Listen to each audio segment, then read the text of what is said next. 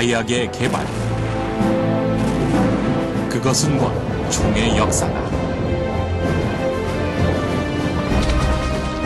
임진왜란의 어떤 주요 국면, 어떤 임진왜란의 흐름을 해석하는 데 있어서도 어떤 하나의 그 단서가 되는 무기가 될 수 있다. 국민의 안전과 과학기술의 발전을 가져온 조선의 화약무기.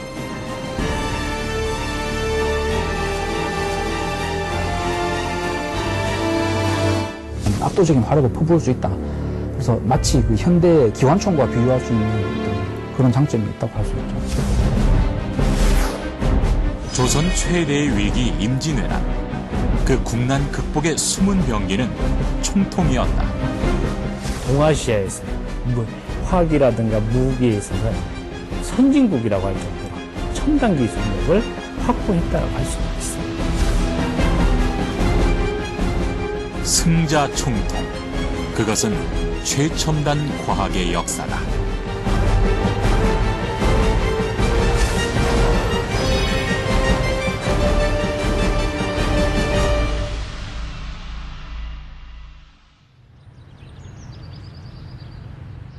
(2012년) 진도 앞바다.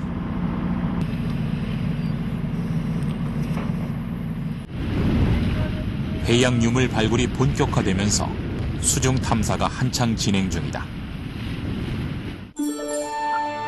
거센 조류의 물속 환경은 척박했지만 숨겨진 보물들은 조금씩 모습을 드러냈다. 그 중에서 이목을 끈 것은 긴 쇠막대. 침몰된 배에서 떨어진 잔해로 보기엔 남다른 형태. 이것은 무엇일까? 오랜 시간 수장돼 표면엔 녹과 폐류 껍질이 뒤덮여 쉽게 그 정체를 드러내지 않던 이것은 조선의 총통이었다. 지금까지 조사 결과 남해안, 특히 임진왜란 때 해전이 벌어진 곳에서 많이 발견되고 있다.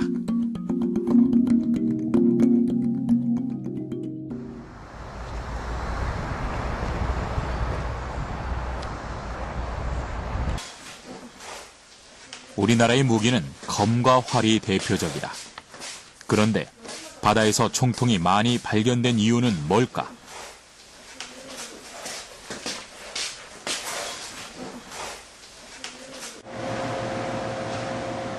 먼저 그 생김새를 자세히 살펴보기로 했다. 이 부분, 이쪽 부분까지가 병부고 이쪽 부분이 약실, 그리고 이쪽 부분이 바로 통신, 총신 이쪽 부분이 되겠네. 그리고 이쪽 부분이 지금 약선혈, 심지를 끼웠던 것으로 보이고요. 그리고 재밌는 게 지금 명문인데 세로로 말룡 무자년. 형태와 문헌 등을 비교한 결과 이것은 조선시대 개인용 화기인 소소승자 총통이었다.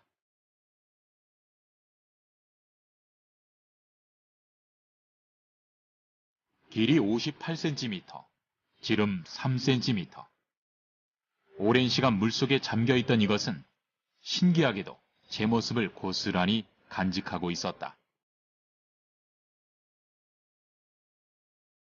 특히 몸체에 새겨진 명문은 제작 연도와 무게, 그리고 만든 장소와 제작자의 이름까지 새겨져 있었다.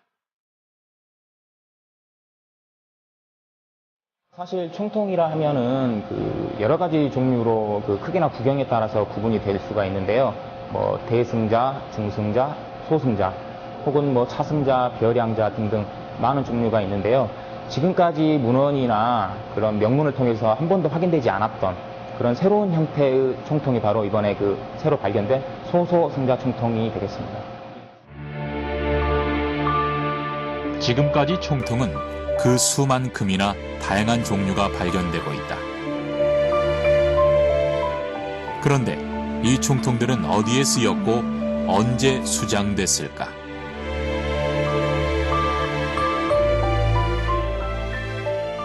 일단은 그 만료무자년이 1588년인데 일단 시기적으로는 임진왜란 시기랑 일단은 제일 인접한 시기입니다.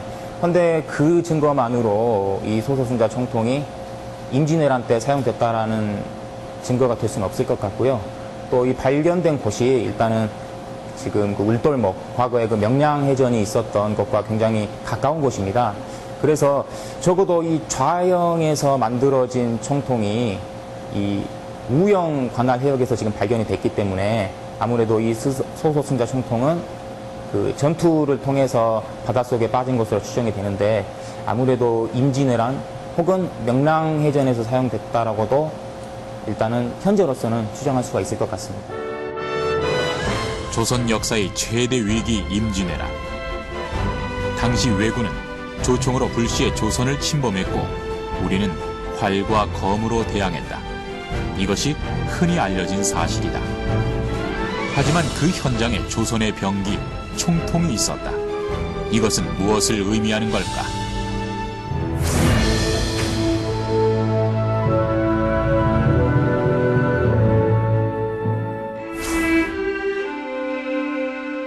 총통의 역사는 우리나라 화약의 발명과 같이 시작된다.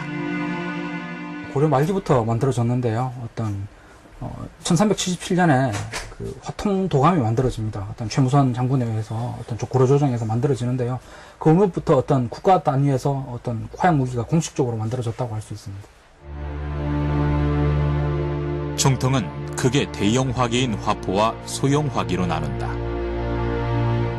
또 형태와 발사 방법에 따라서 수많은 종류로 나눠지는데 조선시대의 화약을 사용한 발사체, 화약 무기를 총통이라 부른다. 처음 총통이 개발됐을 땐 당시 주무기인 활과 뗄 수 없었고 조준 무기가 아닌 발사체로 활의 보조적인 역할을 했다.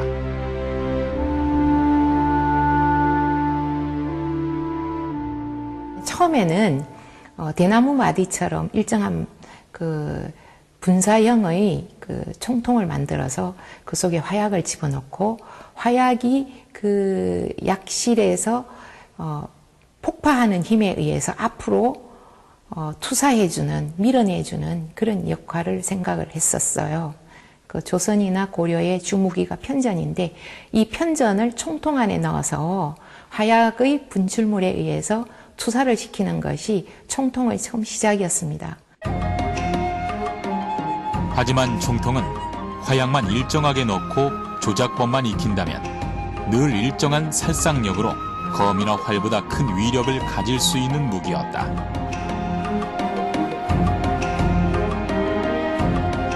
이런 장점을 알고 총통 개발에 적극 매진한 이가 바로 세종이었다. 우리나라에서 화기 발달이 가장 발달했던 시기가 바로 세종연간이에요. 그러니까 세종하면 문화군주라고 얘기를 하잖아요. 그러니까 백성들이 어떻게 하면 잘 먹고 잘 사고 그 백성들을 지켜내기 위해서는 강한 군대가 필요로 한 거죠. 결국엔 그 강한 군대를 위해서는 무기가 필요로 했던 것이죠. 그래서 국가적인 사업으로서 화기 제조, 개발을 추진을 하게 돼요. 세종이 무기 개발에 매진한 이유는 조선 초 위로는 여진, 아래로 왜군의 침략이 빈번했기 때문이었다. 조선의 무기는 인명 살상용보단 진지를 구축하기 위한 방어무기였다. 세종은 권례에 별도의 치소를 두고 화기 기술자들을 데려와 무기를 제작하기도 했는데 이를 수시로 점검하고 감독할 만큼 아주 열성적이었다. 특히 세종은 새로운 총통 개발을 적극 추진했다. 그 이전까지 개발된 총통은 장전 시간이 오래 걸린다는 치명적 단점이 있었기 때문이다. 한시가 급한 전장이기에 그 해결책을 꼭 찾아야만 했다. 총통의 일발 다전법을 통해서 결국에 이제 그런 속사의 기능까지 한 번에 여러 방을 살상시킬 수 있는 그런 효과까지도 거두려고 했던 것이 바로 이제 이 총통이라고 할 수가 있죠. 그래서 이 일반 다전법 같은 경우는 세종 때 개발된 화기 제조 기술 중에서 가장 어떻게 보면 핵심적인 기술 중에 하나라고 할 수가 있습니다. 그렇게 만들어진 것이 사전총통과 신제총통. 이전까지 만들어진 조선의 총통은 중국의 화기를 모방해 제조했는데 세종 때 비로소 독자적인 조선의 총통 제작 기술을 완성한 것이다.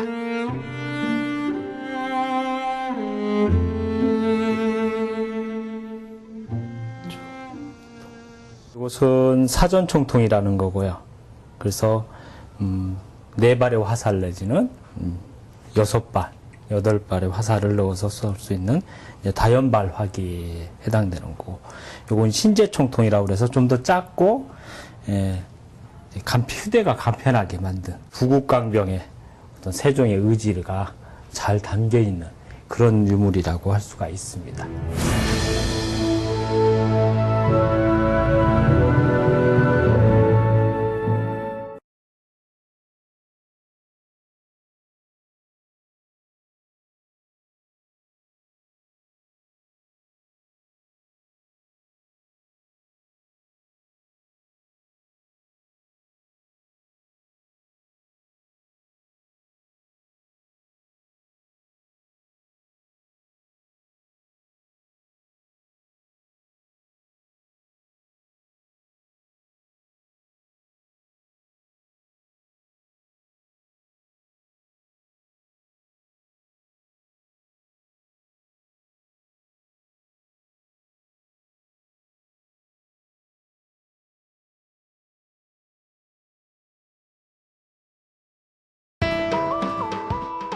세종 때인 조선 전기 총통은 크게 천자문의 첫음을 따 천자, 지자, 현자, 황자 총통으로 분류했다.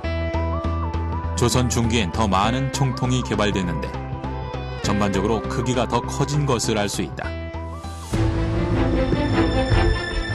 이렇게 무기의 개발은 지속됐지만 오래도록 평화로웠던 조선은 임진왜란을 예견할 수 없었다. 당시 왜군은 조총으로 순식간에 조선을 침범했고 조선은 속수무책이었다. 하지만 이내 곧 조선의 반격이 시작됐다. 당시 조선의 바다를 지킨 이순신은 3가지 무기가 있었다. 첫 번째는 거북선이라 불리는 판옥선. 두 번째는 지형과 조류를 활용한 전술. 그리고 또 하나, 판옥선에 숨겨진 무기, 바로 총통이었다.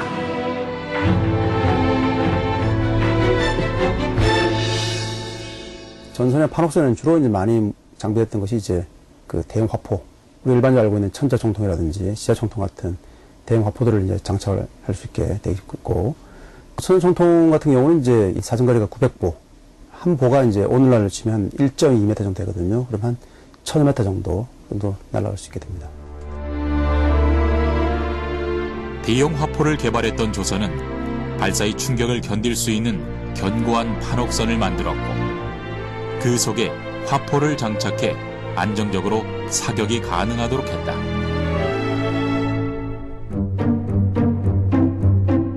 임진왜란 이후 조선은 조총의 도입과 함께 소형 총통 개발에 더욱더 힘썼는데 이때 개발된 것은 주로 길이 50cm, 구경 30mm 미만의 소총이 개발됐다. 우리나라 총통은 크게 나무를 끼우는 자루구멍과 약통, 화약이 나가는 부리로 구분된다. 약통은 불붙은 심지가 타들어가 화약이 폭발하는 곳으로 폭발의 압력을 견디기 위해 부리 쪽보다 두껍게 만든다. 그럼 소형 총통 대부분에 있는 이 마디는 무엇일까? 죽절이 있다라는 거예요. 죽절이 있다라는 것은 이것은 이제 어떻게 보면은 총신을 파열하는 것을 막아주는 이제 그런 역할도 하고 또 이제 화약을 넣어서 쏘기 때문에 열이 많이 발생하죠. 쏘고 난 다음에 이제 포신에 달아올랐을 때 그 열을 식혀주는 냉각핀 역할도 한다라고 할 수가 있죠. 소형 총통의 개발은 전술의 변화도 가져오게 되는데 말을 타고 활을 쏘던 기병 위주에서 보병 위주의 전술이 서서히 나타난다. 사실 임진왜란이 일어나기 10년 전쯤부터 조선의 총통은 이미 널리 사용되는데 특히 선조 때 이순신 군영에서 개발한 승자 총통은 소형 총통의 대표 주자로 지금의 개인 소총의 기원이 됐다. 조선은 이 신무기의 이름부터 특별하게 지었다.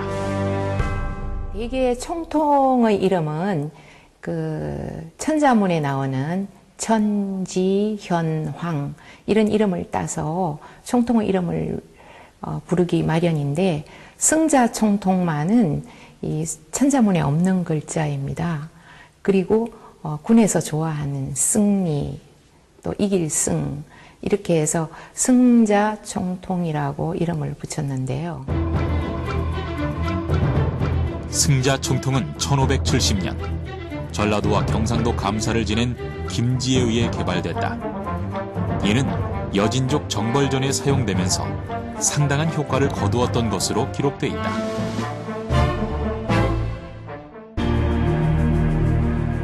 그럼 승자 총통은 어떤 점이 특별했을까? 먼저 형태는 기존 총통과 비슷하게 통신과 약실, 손잡이의 세 부분으로 구분되고 여러 마디의 죽절이 있다. 그런데 다른 총통에 비해 몸통인 포신이 조금 더 길다. 이것은 어떤 역할을 할까? 승자 총통의 경우에도 어떤 손으로 들고 쓸 수 있는 비교하자면 총에 상당하는 무기였습니다.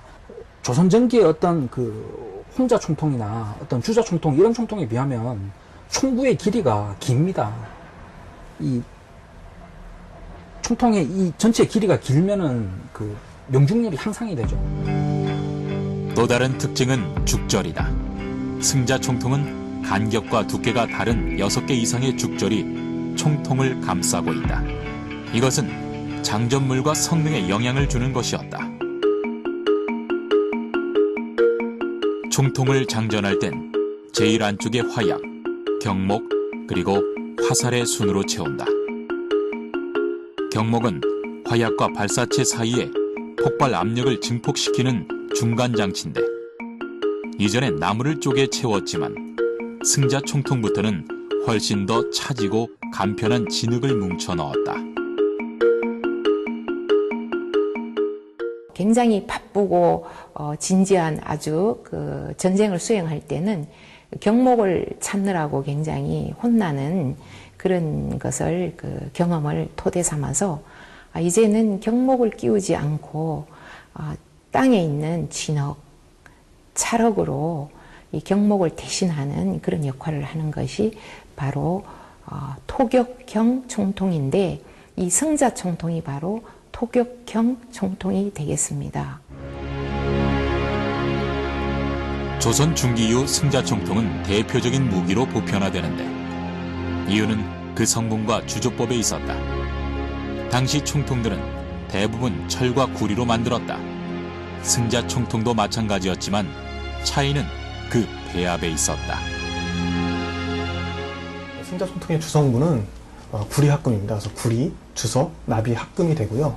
그 함량은 한 구리를 94, 주석을 3, 그리고 납을 3 정도 섞어서 그렇게 만들었던 것으로 그렇게 분석 결과가 좀 다 밝혀지고 있습니다. 승자 총통의 제작 방법은 청동을 이용해서 형틀에 부어 굳히는 주조법이었다. 거푸집을 만들어 구리 합금 용탕을 붓고 굳힌 후에 식으면 분리시켜 완성하는 것이다. 이는 주로 소형 총통에 이용됐는데 당시 가장 보편화된 제조법이었다. 주조라는 것은 대량 생산 체계에 가장 적합한 기술이기도 하고요. 또 한 가지는 주조에 할 경우에 굉장히 규격화할 수 있는 더 장점이 있습니다. 이렇게 강한 화력과 대량 생산으로 승자 총통의 보급은 계속 늘어났고 이는 조선 후기까지 대표적인 무기로 남겨져 있다.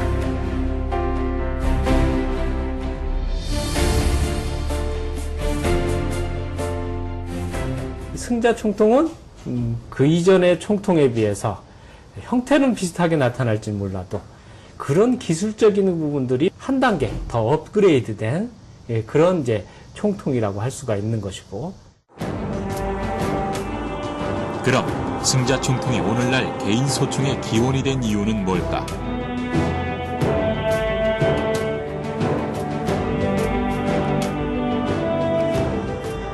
화력은 훨씬 막강하지만 조선 초기의 다른 총통과 마찬가지로 승자총통도 처음에는 화살을 장전했다.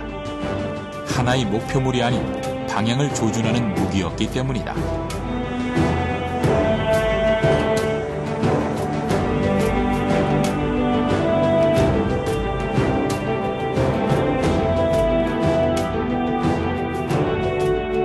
파괴력이 아주 대단했었고요.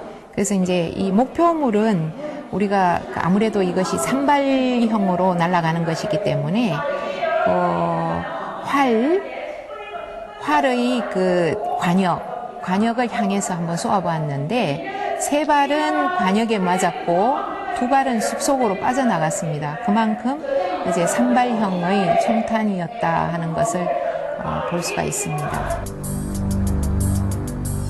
화력이 입증된 후 화살이 아닌 탄환을 장전했는데 승자총통은 화살에서 탄환으로 장전물이 바뀌는 최초이자 유일한 총통이었다.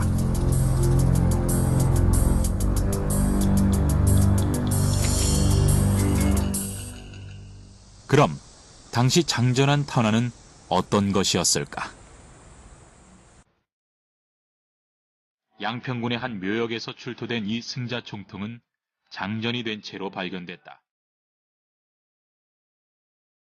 지금은 총통과 분리해 보관하고 있는데 장전물을 살펴보니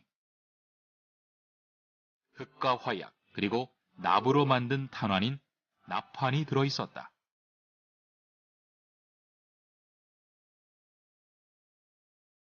총통의 탄환은 돌로 만든 석환, 철로 만든 철환, 그리고 구리로 만든 동환 등 여러 가지 재료로 만들어졌는데 승자총통은 주로 철환과 납환을 장전했다.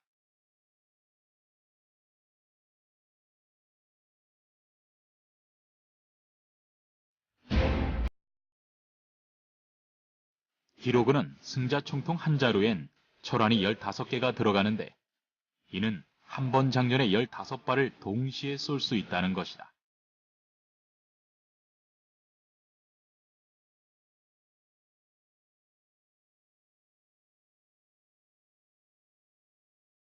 승자총통은 약실에 혈선을 먼저 꽂은 후 화약을 넣는다. 그리고 진흙을 다져 넣은 후 여러 개의 탄환을 넣고 이 둥근 탄환이 흐르지 않도록 다시 진흙을 다져 넣는다. 장전된 승자총통의 혈선에 불을 붙이면 혈선이 타들어가 약실에 있는 화약을 폭파시키는데 이 힘으로 발사된 탄환은 당시 최대 700m까지 날아갔다고 한다. 승자총통은 기존에 일단은 총통에 비해서 사거리가 훨씬 더 길어졌죠. 부상을 입히든 죽이든 살상할 수 있는 그 사거리가 150m 이상이 돼요. 결국엔 당시에 일본군이 썼던 조총에과도 비교해서도 결코 떨어지지 않는 그런 사거리를 가지고 있다라고 할 수가 있습니다. 그리고 이제 탄환을 쓰기 때문에 기존의 화살을 쏘는 데와는 훨씬 더 간편하고 운용하는데도 훨씬 더 용이했다라고 할 수가 있는 것입니다. 승자총통은 조선 중기까지 우리나라 총기 발전의 집합체였다. 이는 제작 기술부터 장전 방법, 탄환의 종류까지 당대 최고의 기술이었지만 세계 유일의 방어 무기였다.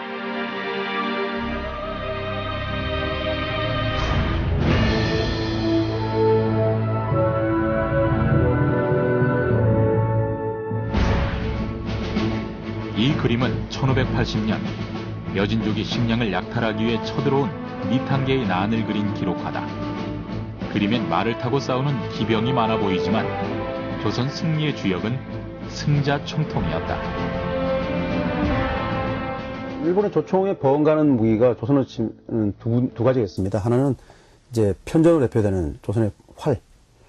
그 다음에 이제 화약 무기 중에 개인 화기로 할 수 있는 게 이제 승자총통인데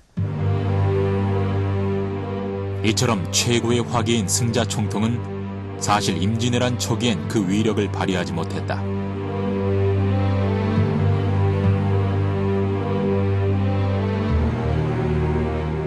승자총통이 쇠퇴하게 된 원인 중에 하나가 그 빨리 발사가 가능한 조총이 등장하기 때문입니다.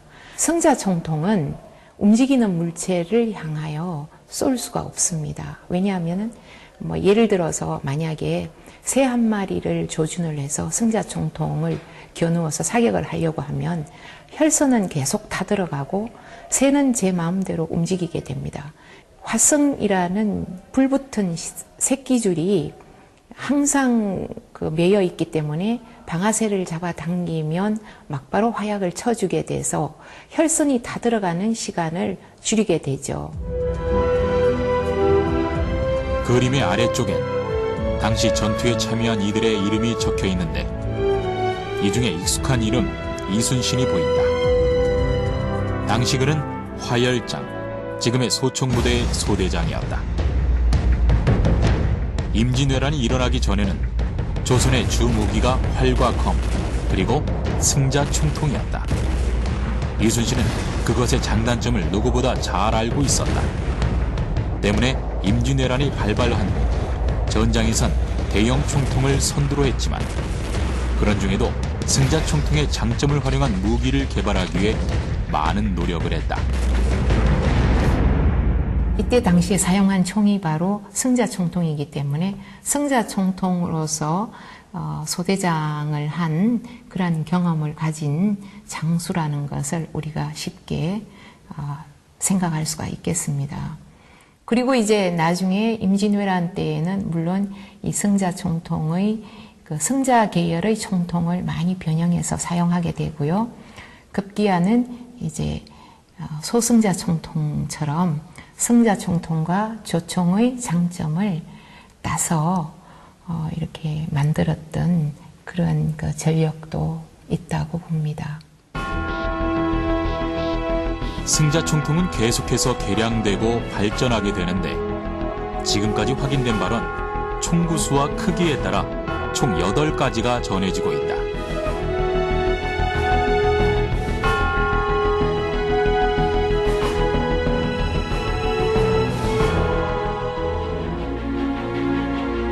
임진왜란의 육상 격전지 행주산성.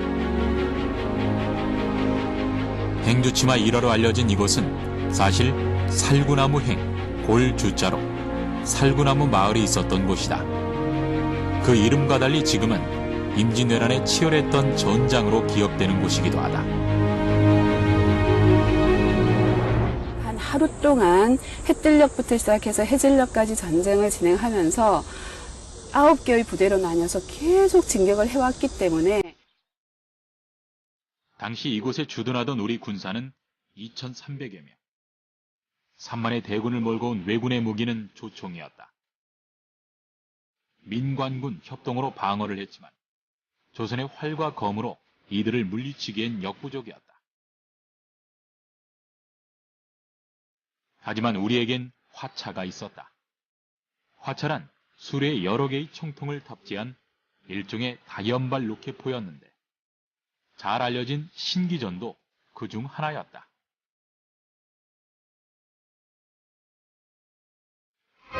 화차는 크게 두 종류로 나눌 수 있는데요. 하나는 그 현대의 그 로켓에 비유할 수 있는 어떤 신기전 같은 무기를 탑재하는 화차가 있고요. 또 한편으로는 현대의 어떤 총에 비유할 수 있는 승자총통이나 조총 같은 무기를 탑재하는 화차가 있습니다. 화차는 최무선 장군의 아들인 최해산이 이미 화약 무기를 수레 위에 탑재한 화차를 처음 만들었다고 전해진다.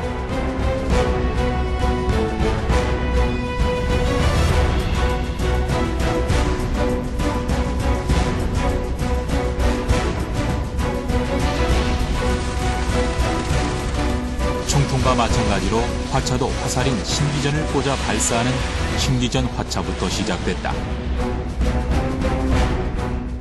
신기전이라고 부르는 게 사실은 화살 자체만 신기전이라고 불러요. 총통 신기전 또는 총통 화차 이렇게 부르는 거는 이제 총통이 신기전 안에 50개가 들어가서 그 안에 이제 각 총통마다 4개의 화살이 장전된다고 하니까 한 번 발사할 때마다 200발 정도가 발사되는 그런 총통 신기전이 행주산성에서 쓰여졌다고 합니다. 신기전 화차 이후 총통에 탄환을 넣어 발사하는 총통 화차가 개발됐다.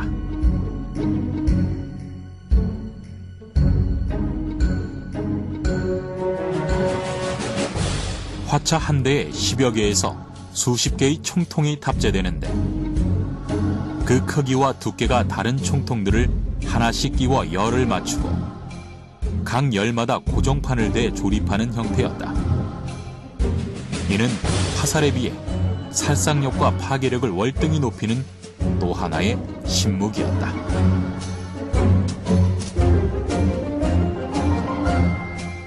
조선 전기에 제작됐던 총통은 대부분 그 어떤 화살형 발사체를 발사하는 그런 방식의 그 어떤 총통이었고요.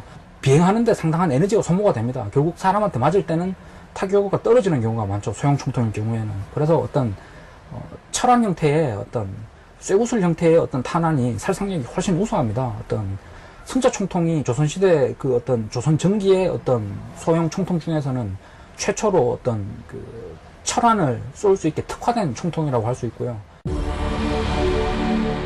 망암 화차의 개발은 임진왜란 당시 실학자 유성룡이 선조에게 올린 상소문을 통해 알 수 있다. 당시 기록엔 승자 총통 15문을 탑재한 문종 화차에 관한 얘기가 나온다.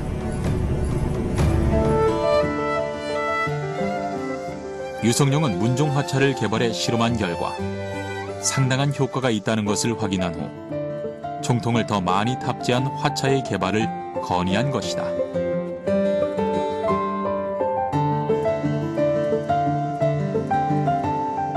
조선 전기의 다른 총통보다는 명중률이 좋았고, 그리고 화살이 아니라 어떤 철로 된 탄환, 철환을 쏘는데 좀 더 특화된 총통이었기 때문에 어떤 그 두 가지 장점이 어느 정도 있는 무기였기 때문에 어떤 이 승자 총통의 위력을 극대화할 수 있는 어떤 운용법을 찾아 고민을 했을 것 같고, 그 결과물이 망암 화차가 아니었나 저는 그렇게 생각을 합니다.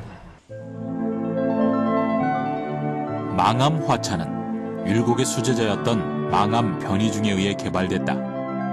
후손에 의해 전해지는 도면으로 보관한 망암 화차는 기존의 화차와 확연히 다른 모습이었다.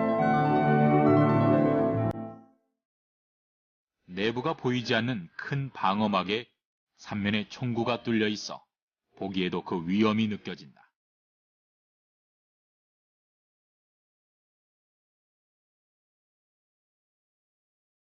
화차란 걸 알 수 있는 부분은 우선 바퀴로 이동이 가능하고 방어벽 안쪽으로 총통이 탑재되어 있다는 것이다.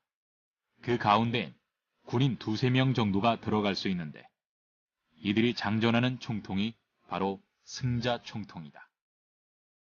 망암 화차엔 승자 총통 40문이 탑재되어 있다. 망암 변희중 화차 같은 경우는 단순하게 승자 총통으로 변한 것뿐만 아니라 구조도 변하게 돼요.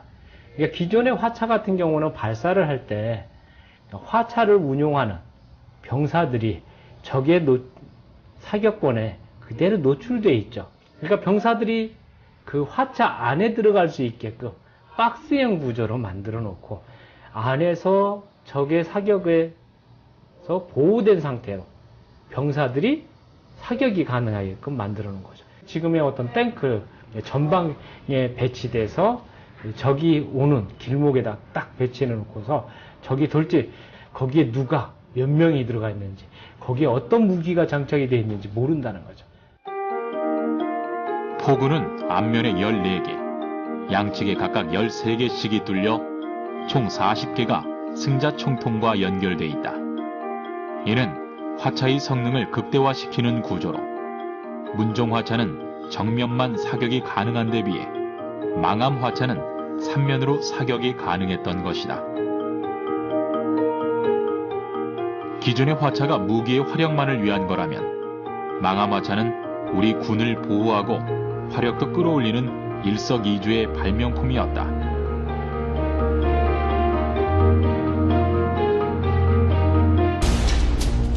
망암 화차는 화력은 강하지만 조준율이 약한 승자 총통의 단점을 보완하고 장점을 극대화한 무기다. 한 기의 승자 총통은 15발의 탄환을 동시에 발사할 수 있는데 이것이 총 40기가 탑재됐으니 화차 한 기당 총 600발의 탄환을 발사할 수 있는 것이다.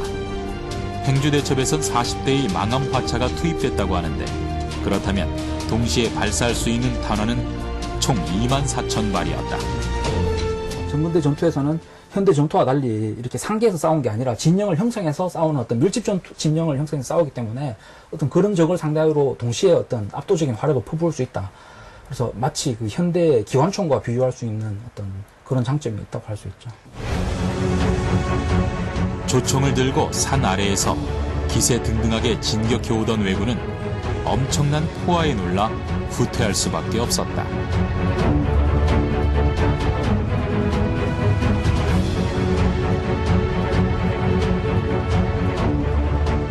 다양한 종류의 화약 무기를 사용한다는 건 일본군도 경험이 있었겠지만 어떤 다른 전투에서 어떤 그런 식의 방식의 화차를 대량으로 사용한 전투가 조선군이 없었기 때문에 행주산성 전투에서 어떤 그 망암 화차가 그렇게 대규모로 운영이 됐다면 일본군 입장에서는 어떤 참 이례적인 상황, 어떤 자기들의 예측 범위를 벗어나는 어떤 돌발적인 상황이라고 느끼고 어떤 되게 그 전투의 어떤 일본군이 그 물리적인 타격 못지않게 심리적으로도 위축되는 어떤 요인이 되지 않았을까 그렇게 생각을 합니다. 이후 화차의 보급도 급격히 증가하는데 당시 군사시설과 무기 보유 사항이 상세히 기록된 만기요라면 총통과 화차가 대부분의 진영에 보급된 것을 알 수 있다. 화차의 비율이 높다고 할 수 있습니다. 그래서 중국이나 일본, 유럽에서도 어떤 이런 종류의 무기를 이토록 대량으로 보유하는 사례는 아주 드물었던 것 같고요. 심지어 조선 후기에 되면은 1800년대 초반에 어떤 또 다른 자료를 보면은 그 화차만으로 어떤 진영을 형성하는 화차 첩진을 구성해서 어떤 그런 진영이 만들어질 정도로 화차에 대한 어떤 조선의 기대, 관심이 아주 높아집니다. 화차는 동양은 물론 서양에도 비슷한 형태로 존재하고 있었다. 하지만 조선의 화차는 그들보다 훨씬 앞섰고 더 많이 보급이 됐다.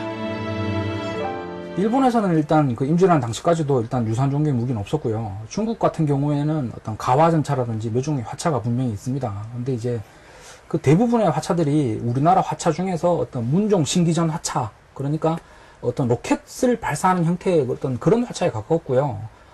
총통을 발사하는 식의 화차는 우리보다 좀 더 적게 사용했던 것 같고요. 조선이 훨씬 더 그 중국보다도 어떤 화차의 그 운용상의 전통이 더 강했다고 평가할 수 있습니다. 조총과 화차, 총통. 행주대첩은 동양의 최신식 무기들이 총집결된 전쟁이었다. 그 전쟁에서 승리할 수 있었던 조선의 숨겨진 무기는 바로 승자 총통이었다. 이 임진왜란 이전에는 그야말로 우리나라의 화기 기술이 병장기의 그 기술이 일본에 못지 않았습니다. 그런데 그 일본이 이제 그 유신을 하면서 소위 그 서구에서 이 조총이라는 것을 반입을 해가지고 일본군이 우리나라에 왔을 때는 조총으로 무장한 상태였었거든요. 그러게 완전히 상황이 바뀌었죠. 우리는 그때 최신 무기라고 하는 것이 승자총통입니다. 임진왜란은 장수들의 전략과 우리 백성들의 기지, 그리고 16세기 첨단 무기의 실전 경험장이었다.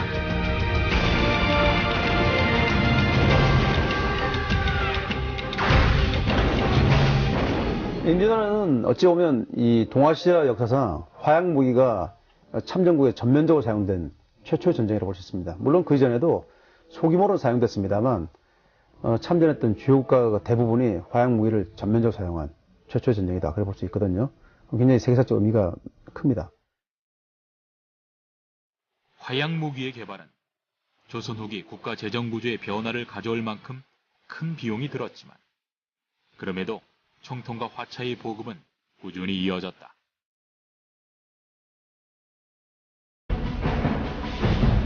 국민의 안전을 위해 나라가 준비했던 방어수단, 그중 하나가 최첨단 무기였기 때문이다.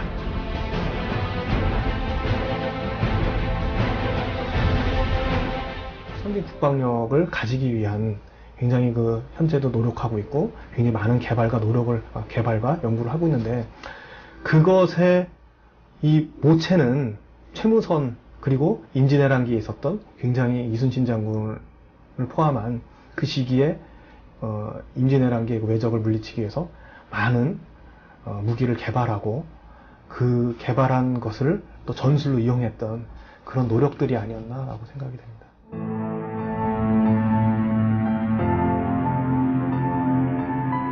끊임없는 외세의 침입에 대항하기 위한 방어 무기.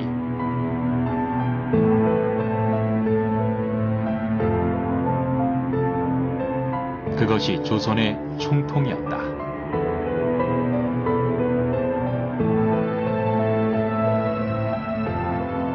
그 당시에 우리 선조들은 어떻게 보면 적의 침입으로부터 익숙하지 않았던 무기를 가지고서 전장에 나가 싸울 수밖에 없죠. 그냥 무기라고 하는 것은 어떻게 보면 살상 무기이기도 하지만은 결국은 적으로부터 내 가족, 내 국가, 내 백성이 살아남기 위한 어떤 삶의 지혜라고. 결국 이제 그런 호국 우지가 담겨 있는. 그러니까 선현들의 어떤 지혜와 땀과 노력, 그것이 그대로 고스란히 담겨져 있는 것들이 바로 총통과 화차라고 할 수가 있습니다. 백성의 안전과 나라의 발전을 위한 조선의 무기혁명. 승자총통은 고려 말부터 시작된 한국 무기사의 결정체였다. 이는 동서양의 첨단 무기 시험장이었던 임진왜란에서 당당히 승리를 이끈 조선의 숨은 주역이었다.